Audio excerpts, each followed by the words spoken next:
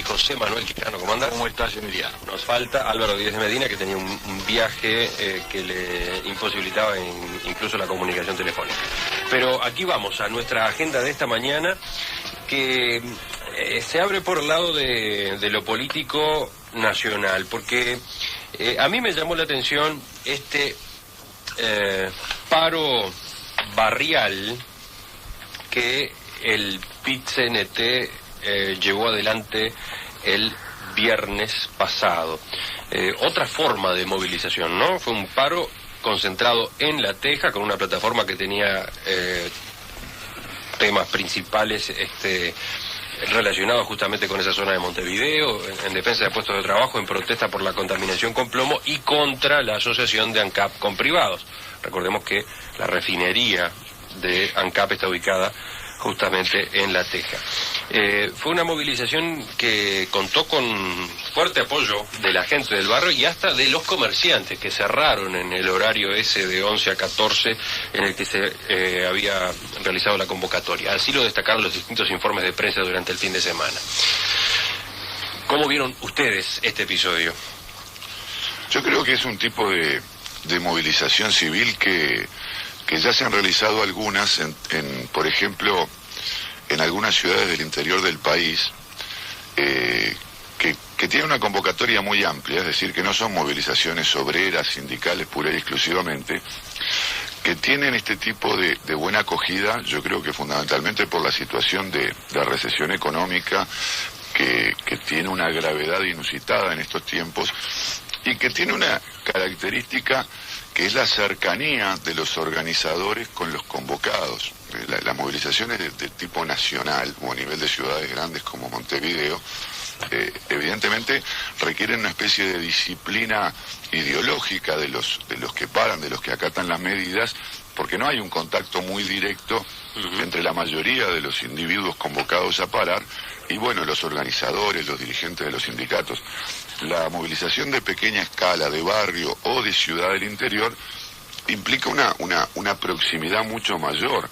Y eso tiene sus ventajas, ¿verdad? Yo creo que hace que haya una relación más directa entre dirigentes y dirigidos, o entre convocantes y convocados, que se vinculen mucho más las medidas con reivindicaciones específicas. No es lo mismo hacer paros contra el neoliberalismo, por decirlo de una manera un poco caricaturesca, y hacer un paro por reivindicaciones que están muy sentidas por esa población. ¿Leonardo? No, pienso igual, es decir, todos sabemos que el PIT-CNT ha tenido dificultades muy grandes para llevar a cabo movilizaciones exitosas, masivas, y ahí, como dice Daniel, es un lugar muy específico, donde, por ejemplo, el problema de ANCAP afecta a buena parte del barrio que trabaja, históricamente ha trabajado allí. Es un barrio que está caldeado por el asunto del plomo, al cual pasan los meses y no le brindan soluciones, con lo cual es otro tema que motiva a la gente, y es un barrio muy también votante del Frente Amplio, lo cual en cierta manera garantizaba un poco el éxito por todos estos tres asuntos, diríamos, los tres componentes de la movilización, ¿no? A pesar de que en la oratoria, sí, hay palos al Frente Amplio. Los dirigentes de la Federación ANCAP que hicieron uso de la palabra criticaron al Frente Amplio por la forma como está manejando concretamente el proyecto de asociación de ANCAP, ¿no? Pepe. Bueno, a mí me parece que en buena medida el acto estaba dirigido a evitar que el Frente se pronunciara. No digo fuera el único objetivo, pero me parece que uno de ellos era evitar que el Frente se pronunciara por un proyecto como el que presentaron los senadores Curiel, Rubio y Astori. Creo que la posición de la Federación ANCAP y la posición de una parte importante del Frente, no sé cuán importante, quizás mayoritaria, es no apoyar ningún tipo de asociación. Y por el contrario, hay algunos senadores del Frente que han querido buscar, bajo ciertas condiciones, que no son, por cierto, de entrega de la empresa, sino de asociación ventajosa para ANCAP, han querido buscar tecnología, capitales afuera, es decir, cierta apertura de ANCAP hacia el mundo. Bueno, creo que la mayoría del Frente no está en esa posición, y si interpreto bien lo que ocurrió en La Teja con esta movilización, en parte estaba destinada a evitar que ese proyecto de asociación presentado por compañeros frentistas, como son estos senadores que mencioné, no prosperara, ¿no? Estaba organizada desde antes de que se conociera el proyecto de Astori y Curiel. El proyecto de Astori y Curiel es de la propia semana, ¿no? Pero claro, terminó teniendo probablemente como uno de sus impactos, como una de sus consecuencias, esa que mencionaba Pepe. ¿Ustedes están de acuerdo? Claro, yo creo que la medida esta en particular no está inserta dentro de la tensión interna que apareció dentro del Frente en estos últimos días respecto de esta cuestión. Más allá de que es una tensión permanente, la tensión que desde la prensa se suele calificar como entre radicales y moderados, que es una tensión que adquiere particular envergadura en la perspectiva de un Frente Amplio que se está preparando para ser gobierno en las próximas elecciones.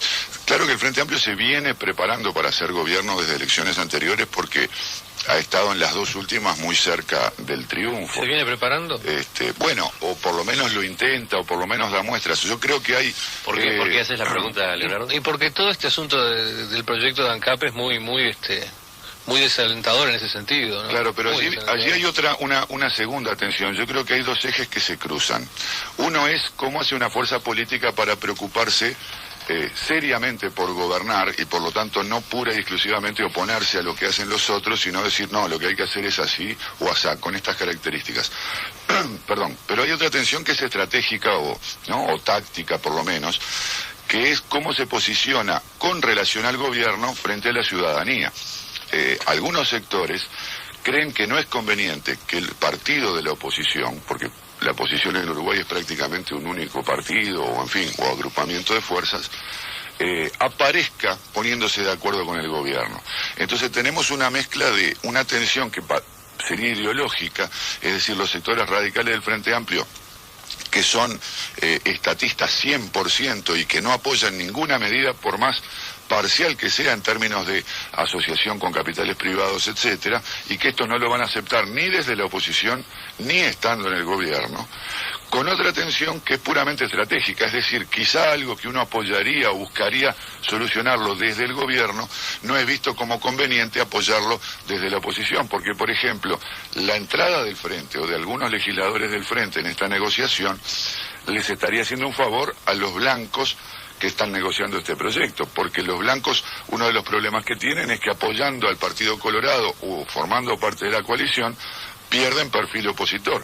Si aparece el Frente Amplio negociando, los blancos ya no quedan pegados al gobierno, sino que el proyecto sería el resultado de una negociación interpartidaria mucho más amplia. Yo todo eso lo entiendo, lo entiendo. El problema es que estamos hablando de una empresa que es clave para el país, no vamos a hacer aquí el dato de lo que significa ANCAP y la importancia que tiene. Y la idea que se transmite desde buena parte del Frente es que no hay ninguna alianza posible. Es decir, que toda alianza con otros es necesariamente mala. Y esa es una visión, me parece, profundamente equivocada. No puede uno gobernar, no puede ser parte del gobierno, si el razonamiento básico es que cualquier alianza con cualquiera es equivocada.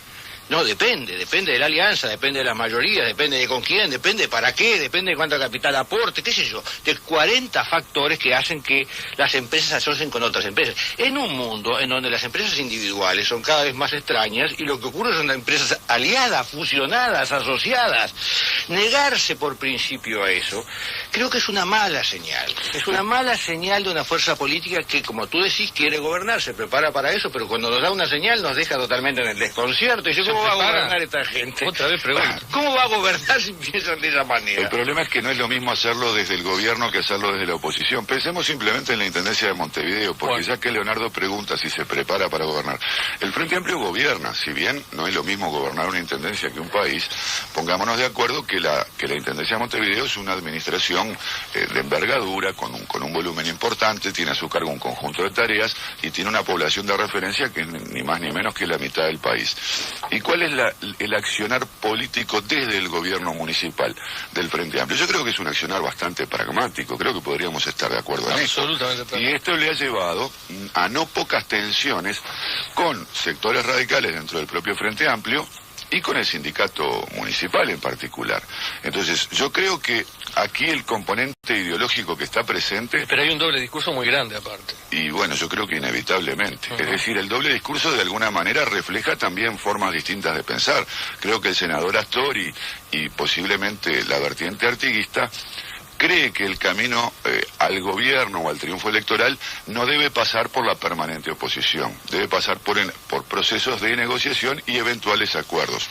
Otros creen que no. Pero no es solamente el dato de que el senador Rafael Michelini, que ha empezado a trabajar en pos de un acuerdo con el Encuentro Progresista, ha dicho este fin de semana que apoya el proyecto de Astori y Curiel, ¿no? Bueno, y ahora se va a ver la real influencia de Michelini en el asunto este. Está bien, pero el razonamiento que tú haces, de que creen que ese... Bueno, de repente es así, también puede ser. Yo lo escuché a Curiel en esta misma radio y he leído las cosas que dice, y no de ahora, las ha dicho con anterioridad con respecto a este tema, considerando que era conveniente cierta forma de asociación. No está pensando solamente en el juego político y qué me conviene hacer si hago la alianza, no.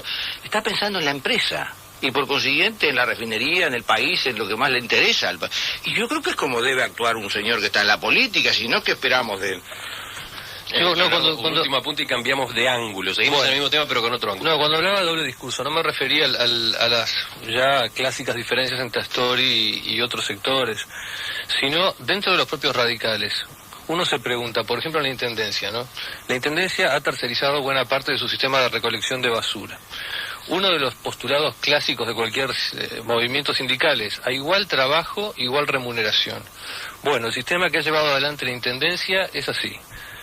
La gente que recoge basura y está contratada por la Intendencia gana un sueldo cercano a los $1.000, $800, por ahí anda.